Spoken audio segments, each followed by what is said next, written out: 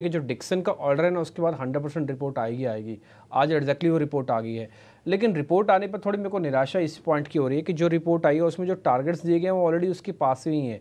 एक बार ज़रा दिखाना डिक्सन वाली रिपोर्ट, और डिक्सन का जो भाव आप जरा चेक करना, याद रखना 12,516 रुपये पे है।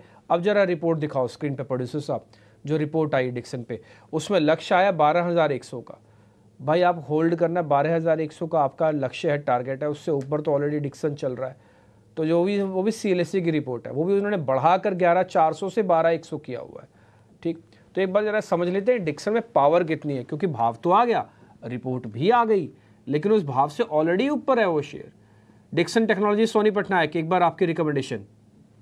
डिम्पी जी, मुझे लगता है डिक्सन पे आप होल्ड कर सकते हैं। 12,000 का यहाँ पे अच्छा सपोर्ट है, कहीं ना कहीं 13,000 13,200 के लेवल्स को टेस्ट कर सकता है। ऑलरेडी काफी चला हुआ है, सो यहाँ पे बहुत अग्रेसिवली पोजीशन ना लीजिए। ऑलरेडी जो होल्ड कर रहे हैं वो मुझे लगता है 12,000 के स्टॉप लॉस के साथ होल्ड कर सकते हैं। कहीं ना कहीं 13,000 पे अगर आता है तो वहां पे प्रॉफिट बुक कर देना वाइज रहेगा।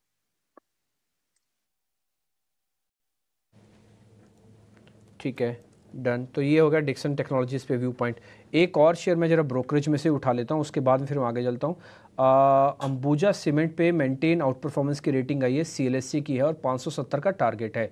सीमेंट में बड़ा सेलेक्टिव होने की ज़रूरत है, सारे सीमेंट नहीं चल रहे, बट कुछ सीमेंट के अंदर मजबूती है। 570 का टारगेट इन्होंने दिया है। शेयर चल रहा है इस समय करीब 627 पे। एक बार अंशुल जैन चेक करना अंबुजा सीमेंट। देखिए डीपी जी, सीमेंट स्पेस में हमें काफी तेजी लग रही है, लेकिन मिड कैप सीमेंट में तेजी है, लार्ज कैप स्टॉक्स में उतना डेवलपमेंट नहीं है जितना मिड कैप सीमेंट में है। तो अंबुजा सीमेंट में एक बार के लिए पुल बैक आ सकता है 642 तक का, बट ऐसा कोई फ्रेश ट्रेड लेना चाहिए वो मुझे नहीं दिख रहा है। तो ट्रेडिंग के लिहाज से अवॉइड है, लेकिन लग रहा है कि 644 तक जा सकता है। ओएनजीसी आज कितना टूट सकता है, एक बार जरा देखेंगे। ओएनजीसी, ऑयल इंडिया दोनों चेक कर लो जरा, जल्दी जल्दी बताना अंशुल। ओएनजीसी और ऑयल इंडिया देखिए कितना टूट सकते हैं? देखिए ओएनजीसी में लास्ट टाइम हमने डिस्कस किया था कि सपोर्ट लेवल 294 का है, ऑलमोस्ट वहीं पे खड़ा है। अगर 294 के नीचे टिकता है तो 270 तक का इसमें डाउन साइड आ सकता है।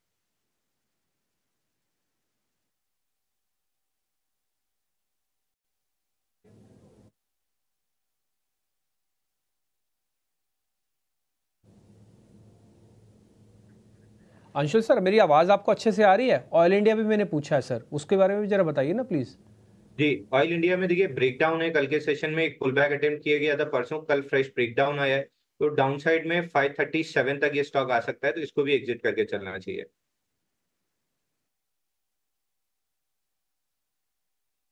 एक दो शेयर जरा और चेक करा लेते हैं। कल आपको ध्यान होगा फार्मास्यूटिकल कंपनीज के अंदर काफ़ी अच्छी खबर आई थी, जैसे जीएसटी वाला मामला निकल के आया था कि जो कैंसर से जुड़ी हुई ड्रग्स हैं उसका बेनिफिट होगा।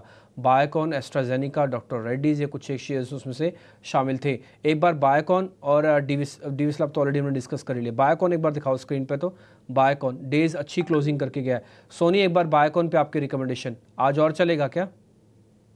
बायोकॉन में स्ट्रेंथ है, कहीं ना कहीं 400 के लेवल को टेस्ट कर सकता है, सो स्टॉक को होल्ड करना यहाँ पे चाहिए। 375 के स्टॉप लॉस के साथ इसको होल्ड कीजिए। पोजिशनल टारगेट रहेगा 395, 3 और 400, इस लेवल को एक बार टेस्ट कर सकता है जरूर। एक छोटा सा शेयर आपसे, छोटा क्या मतलब एक बड़ा सा शेयर छोटे समय में पता कर लेता हूँ, है रिलायंस इंडस्ट्रीज। आज चलेगा सोनी? रिलायंस इंडस्ट्रीज को खुलते प्लस करूँ क्या आज में? देखिए रिलायंस को यहाँ पे हम देखेंगे तो 2900 के सपोर्ट पे है। ये इंट्राडे बेसिस के स्टॉक का मुझे नहीं लग रहा है मूव करेगा, कहीं ना कहीं वो एक पोजिशनल प्ले रहेगा। आप इसको होल्ड कर सकते हैं। 2900 इंट्राडे के लिए भी एक बार स्टॉप लॉस सपोर्ट के साथ इसको देखिए। मुझे लगता है कहीं ना कहीं अगर 2940 45 लेवल्स को टेस्ट कर सकता है। बहुत बड़ी मूवमेंट यहाँ पे इंट्राडे बेसिस पे नहीं लग रहा है, पोजिशनल इसको होल्ड कर सकता है। इसलिए इसको आप जरूर होल्ड एक बार कर सकते हैं, अभी भी आप खास बड़ी दिक्कत नहीं है, इसलिए होल्ड डाल दिया। 2900 का स्टॉप लॉस डाल दिया, 2945 का। प्रोड्यूसर्स हमारे बिल्कुल स्मार्ट हैं, फटाफट से स्टैंपिंग कर रहे हैं, होल्ड बकायदा उन्होंने छाप दिया आपके। चलिए स्टॉक्स पर चर्चा को आगे बढ़ाते हैं। एक बार श्रीराम फाइनेंस पर नजर डालिए, क्योंकि काफी पॉजिटिव रिपोर्ट्स यहाँ पर पिछले 2-3 दिनों से निकल कर आ रही है। हमने श्रीराम फाइनेंस में अच्छी तेजी भी देखी थी कल, क्योंकि फाइनेंशियल शेयर्स नीचे थे, उसके चलते श्रीराम फाइनेंस में भी करेक्शन था। लेकिन आज कुछ पॉजिटिव रिपोर्ट आई है। यहाँ पर सीएलए से अब 3350 का लक्ष्य देख रहे हैं और परफॉर्म की रेटिंग बरकरार रखी है। और यहाँ पर उनका कहना है कि कलेक्शन मजबूत है, मार्जिन एसेट क्वालिटी भी काफ़ी स्ट्रांग नज़र आ रही है। एनबीएफसी पर बैंक ऑफ अमेरिका सिक्योरिटीज़ ने जो रिपोर्ट जारी की है उसमें भी वो श्रीराम फाइनेंस को अपनी पसंद बता रहे हैं। हालांकि एनबीएफसी स्पेस पर वो कॉशियस है, लेकिन इस बीच भी बजाज फाइनेंस और श्रीराम फाइनेंस जैसी कंपनियां उन्हें अच्छी लग रही हैं। यहाँ पर सोनी, क्या नज़रिया बन रहा है आपका श्रीराम फाइनेंस पर? थोड़ा करेक्शन था, बट अभी ये क्या एंट्री लेवल के लिए सही है या फिर अभी थोड़ा और नीचे आने दे स्टॉक्स को? क्योंकि यहाँ पर भी हमने देखा कि अपने हाइस के आसपास स्टॉक कारोबार कर रहा था, तो क्या सलाह होगी आपकी इस शेयर पर? पूजा जी, श्रीराम फाइनेंस में हम देखेंगे तो एक टेक चार्ट्स पे हम देख सकते हैं कि 3200 के लेवल पे सपोर्ट है, बट यहाँ पे आरएसआई में एक नेगेटिव डाइवर्जेंस कल क्रिएट हुआ है। सो कहीं ना कहीं अगर 3200 सपोर्ट को ब्रेक करता है तो थोड़ा सा प्रॉफिट बुकिंग आपको 3000 लेवल तक नजर आ सकता है। और कल एक है कि एक बेरिश एंगल्फिंग कैंडल पैटर्न भी बनाया है, बट मुझे लगता है कि आज इस रिपोर्ट के इम्पैक्ट से शायद एक इनसाइड कैंडल बना सकता है। सो वो 3200 सपोर्ट से लेकर ऊपर की तरफ मुझे लगता है 3280 3300 इसी लेवल तक, इसी रेंज पे रह सकता है। फ्रेश बाय आपको तभी करना चाहिए अगर 3300 लेवल को ऊपर आज ब्रेक करता है, तो उसके ऊपर 3350 3360 टारगेट्स के लिए आप कर सकते हैं। कंडीशनल बाय रहेगा, थोड़ा सा वेट एंड वॉच की सलाह रहेगी अभी के लिए। थोड़ा कंडीशनल बाय रहेगा, लेवल्स को होल्ड होने जाने दें, उसके बाद यहाँ पर कोई पोजीशन आप लेके चलिए। श्रीराम फाइनेंस पर ये सलाह।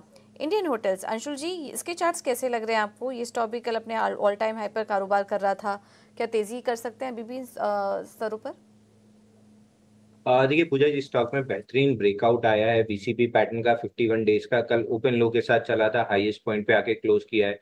जो ब्रेकआउट है वो 668 पे है, उसका टारगेट 725 रुपए का बनता है, तो यहाँ से भी 30 रुपए की अपसाइड है। करंट मार्केट प्राइस से बाई करके चल सकते हैं। अपडेटेड स्टॉप लॉस आपका 680 रुपए रहेगा, तो इस पे बाई की स्टैंपिंग लगा सकते हैं। 680 का स्टॉप लॉस और 725 के टारगेट के साथ। ओके, तो अब अगले टारगेट्स इंडियन होटल्स में नजर आ रहे हैं 725 के। ये देखिए, स्टॉप लॉस भी आपको बताया 680 का होगा स्टॉप लॉस, टारगेट है 725 का। ये है नजरिया इंडियन होटल्स पर। नजर डाल लेते हैं जहां पर की कलेक्शन था। आज थोड़ा देख लेते हैं कि आज वापस से ऐड कर सकते हैं या नहीं। आईटी स्टॉक्स, ILTI माइंट्री देखिए कल 3% ऊपर था कल के सेशन में। अंशुल जी, आज कैसी चाल देख रहे हैं आप LTI माइंट्री की? LTI माइंट्री है या वापस सारे आईटी काउंटर से यहाँ पे फ्रेश ब्रेकआउट आता हुआ दिख रहा है। स्पेशली एलटीआई माइंट्री हमको काफी अच्छा लग रहा है, क्योंकि 8 दिन का फ्लैग पैटर्न का ब्रेकआउट कल के सेशन में आया है और ओपन लो के साथ चला है स्टॉक। तो यहाँ पे अपसाइड 6550 से 6600 तक की बन सकती है, यानी लगभग 300 350 रुपए की अपसाइड आ रही है। अब अपडेटेड स्टॉप लॉस रहेगा, जो एक्चुअल स्टॉप लॉस है वो थोड़ा सा डीप हो जाएगा। एक्चुअल स्टॉप लॉस 6177 का बनता है, बट वो थोड़ा सा डीप होगा, तो अपडेटेड स्टॉप लॉस आपका आएगा 6275 रुपए का, यानी यहाँ से लगभग 75 रुपीज का स्टॉप लॉस रहेगा और 300 से 350 रुपए की अपसाइड रहेगी, जो 1:3 का रिस्क रिवॉर्ड बनाती है। तो यहाँ से करंट मार्केट प्राइसेस को लॉन्ग करके चल सकते हैं, तो इस पे बाई की स्टैंप लगा सकते हैं।